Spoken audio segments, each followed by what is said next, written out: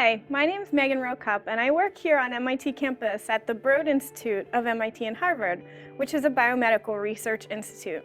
Today, we're going to do a lesson talking about using DNA to identify people. And as you can see on this slide, I'm showing you a picture of DNA. So this is what DNA looks like. This is what DNA looks like. It's a molecule made up of atoms. There's a lot of carbons and hydrogens and nitrogens and oxygens. And it forms a three-dimensional structure shown here as a double helix. Now, the backbone of this structure, which is the two spirals you can see, are always the same along the DNA molecule, but the rungs in the middle can be different, and there's actually 4 different kinds of rungs, and we abbreviate them A, T, G, and C. Is this DNA how it actually looks like? So while this is what DNA actually looks like, a three-dimensional molecule,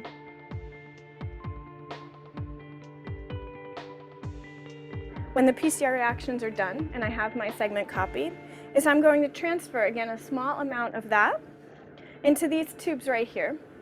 And these tubes, I'm going to mix the DNA with an orange dye. This dye is going to allow me to see the DNA, and then I'll be loading it onto this gel here. So the first thing I'll do is transfer a small amount of orange dye into each of the tubes that I'll be placing the DNA samples into. You can see this orange dye in my pipette tip. It's just a colored substance that we can see with our eyes. DNA is transparent, so we can't see it with our eyes. This is what DNA looks like. So while this is what DNA actually looks like, DNA is transparent, so we can't see it with our eyes. And you can see that the orange dye is almost at the end of the gel here. So this gel is almost done running. And when it's done running, it'll beep to tell me it's done, and then we're going to take it into the darkroom so that you can see the results. So here we are at the darkroom. This is where we're going to visualize the gel. I've got my gel here, and we're going to go in and shine a certain wavelength of light on it so we can see the DNA. So here we are in the darkroom, and I've got my gel. I put my gel into this light box right here, and then I simply turn on the light, and all of the bands of DNA appear. This is what DNA looks like. So this is DNA that you can't see because it's transparent. DNA is transparent, so we can't see it with our eyes. So here you can see the results of the gel. That DNA helix looked pretty similar to that orange dye.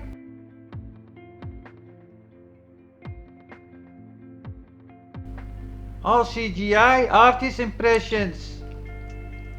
DNA.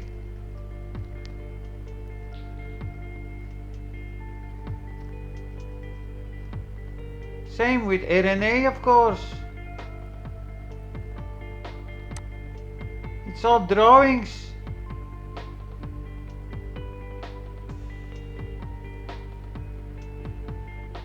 How do we know it even exists? Because it's transparent. You cannot look with it with an electron microscope. And if it was possible to see it with a microscope, an electron microscope, then you would totally destroy it. Because electron microscopes use high vacuum and 300 degrees Fahrenheit electron beams that passes through a thin slice of sample, and sample preparation can take up 2 hours or 2 days. RNA, just as imaginary as DNA. Bioscience. This is just a joke.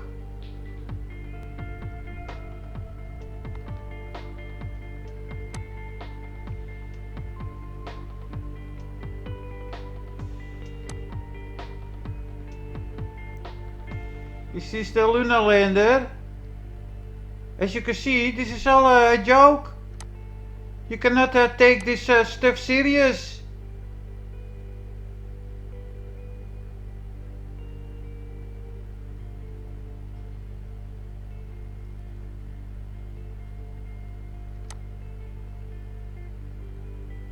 Anatomy of a virus.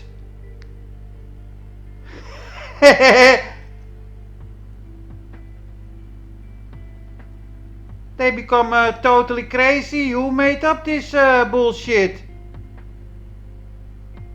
Look all this crap. I don't understand why people buy this.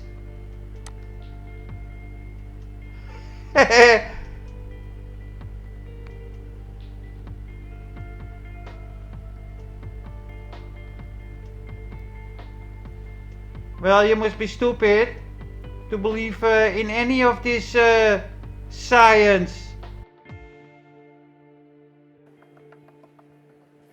And remember, these two strands are wrapped around and around and around and around and around each other, right?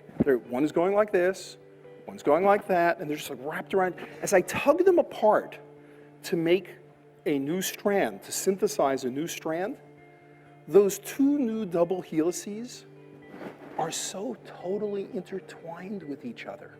DNA is transparent, so we can't see it with our eyes.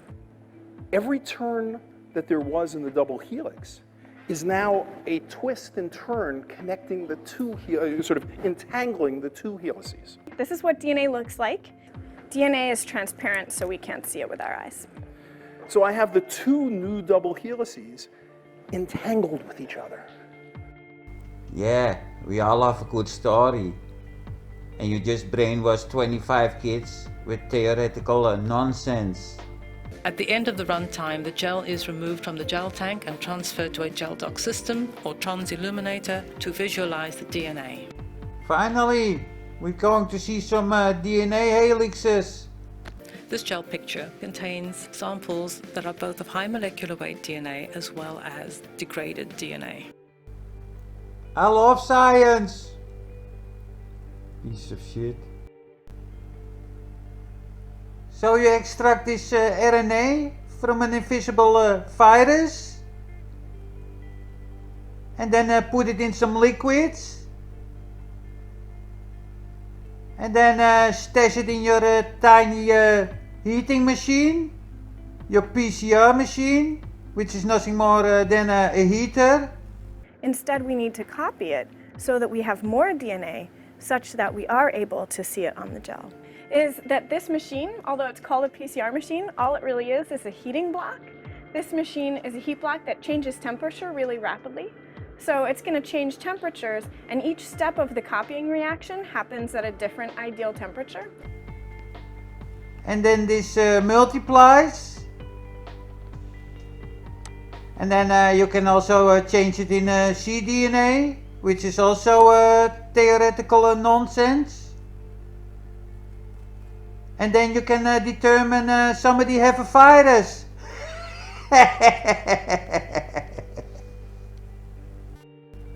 Let's see how the average corona test is being conducted.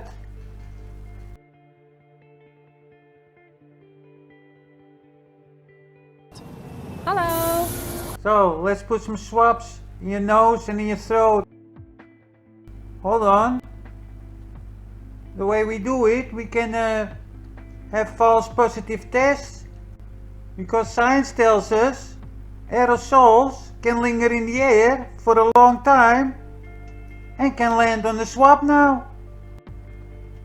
And then they put this swab with this lingering coronavirus in your throat. This looks like fake.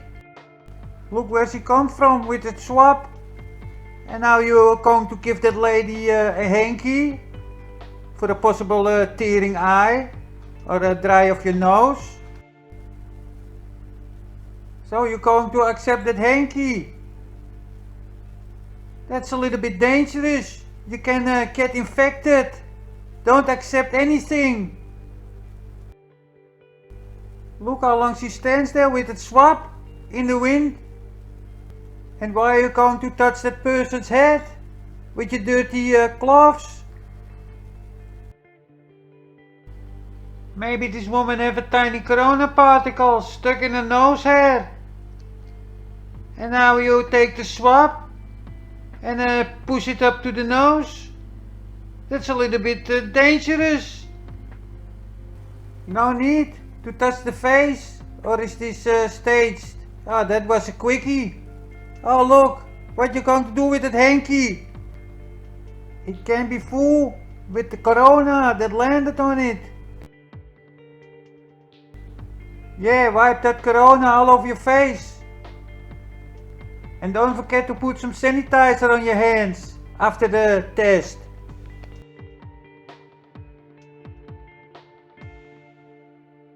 You're not changing your gown. Are you only protecting yourself? And your gloves are touching your gown, idiot. And you conducted all these tests today, like 30, and then you leave those in here for a full day or so. UV light makes the virus inactive. Can you tell us we have active virus or inactive viruses in us? So this woman hands you over the swab. What kind of mask is this?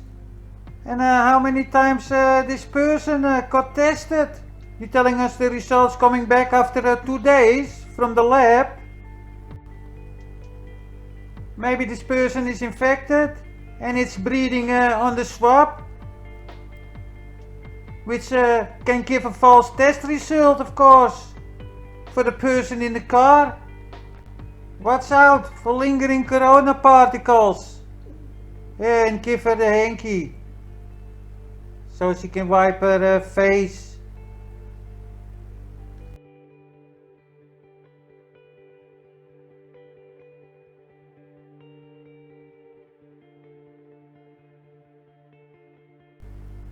And now this nurse is breathing all over the swab and change hands.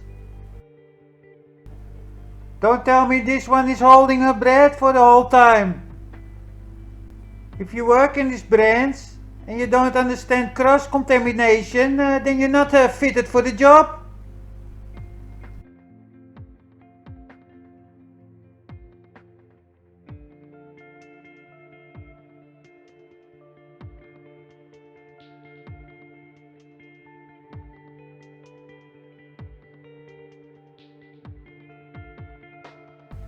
Yes, here is the magician's hand again. Let's do the swab in your nose. Or not. Ah, it doesn't matter.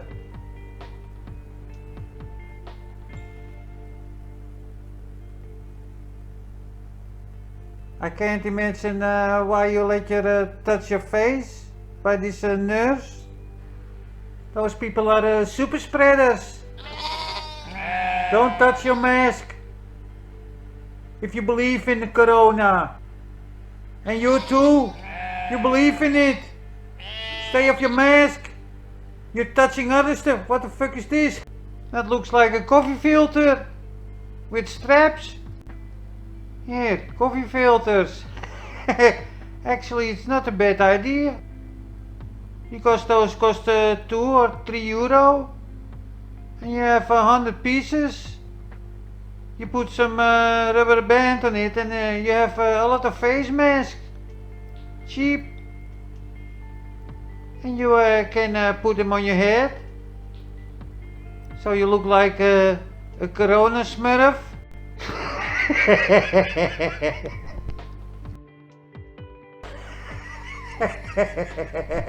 Hey Davey, what's up, dog?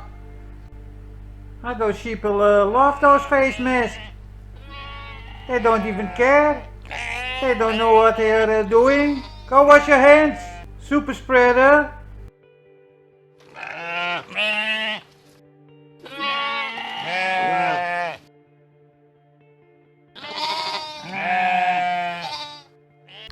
Those people don't realize they're playing with fire, with the most dangerous virus ever. If you come across people like this, for example in your local supermarket, and they are touching their mask and also touching all the goods in the shop, then please report them to your local authorities, because those are the super spreaders. They need some re-education. about this dangerous coronavirus. You must understand, those are the ones that keep us in lockdowns. Because of this, we have a high infection rate in Holland. The super spreaders. They should be locked up and re-educated. Those are dangerous people. Please report them. Even our minister-president is a super spreader. Look when he take off his mask. So now you took off your face mask, and then your face mask need to be disposed as chemical waste because it's pretty dangerous. So, This super spreader wants us to follow the rules of the Dutch CDC, but he don't like to follow the rules himself or the advice. Dames en heren, This is an instructional video from the Dutch CDC, and it shows you how to take off your mask. Je doet het masker af door alleen de elastieken vast te pakken. We only touch the rubber straps and then pull it off. So far, so good. And now you do it wrong, because you touch the mask with your hands Gooi het masker in een afvalzak en raak deze niet onnodig aan. and dispose the mask in a bin bag and don't touch it anymore. zo. Or just put it in your pocket for later use. Pas handhygiëne toe door je handen te wassen of desinfectie te gebruiken. And after you dispose your mask in a proper way, you wash your hands. You're telling us this all the time. Wash your hands, wash your hands, wash your hands. Until they bleed. And I don't think this is a proper way to dispose your hazardous mask. Because the one that have to clean the bin bags is in a big danger. Especially if he don't know there is a face mask. Wij spreken elkaar, naar planning in ieder geval dinsdag weer. Oh shit, I almost forgot my face mask. Where I have it? Oh yeah, here in my pocket.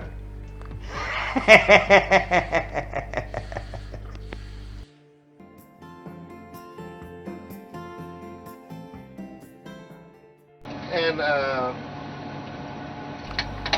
Hey Andre, you're dropping something. en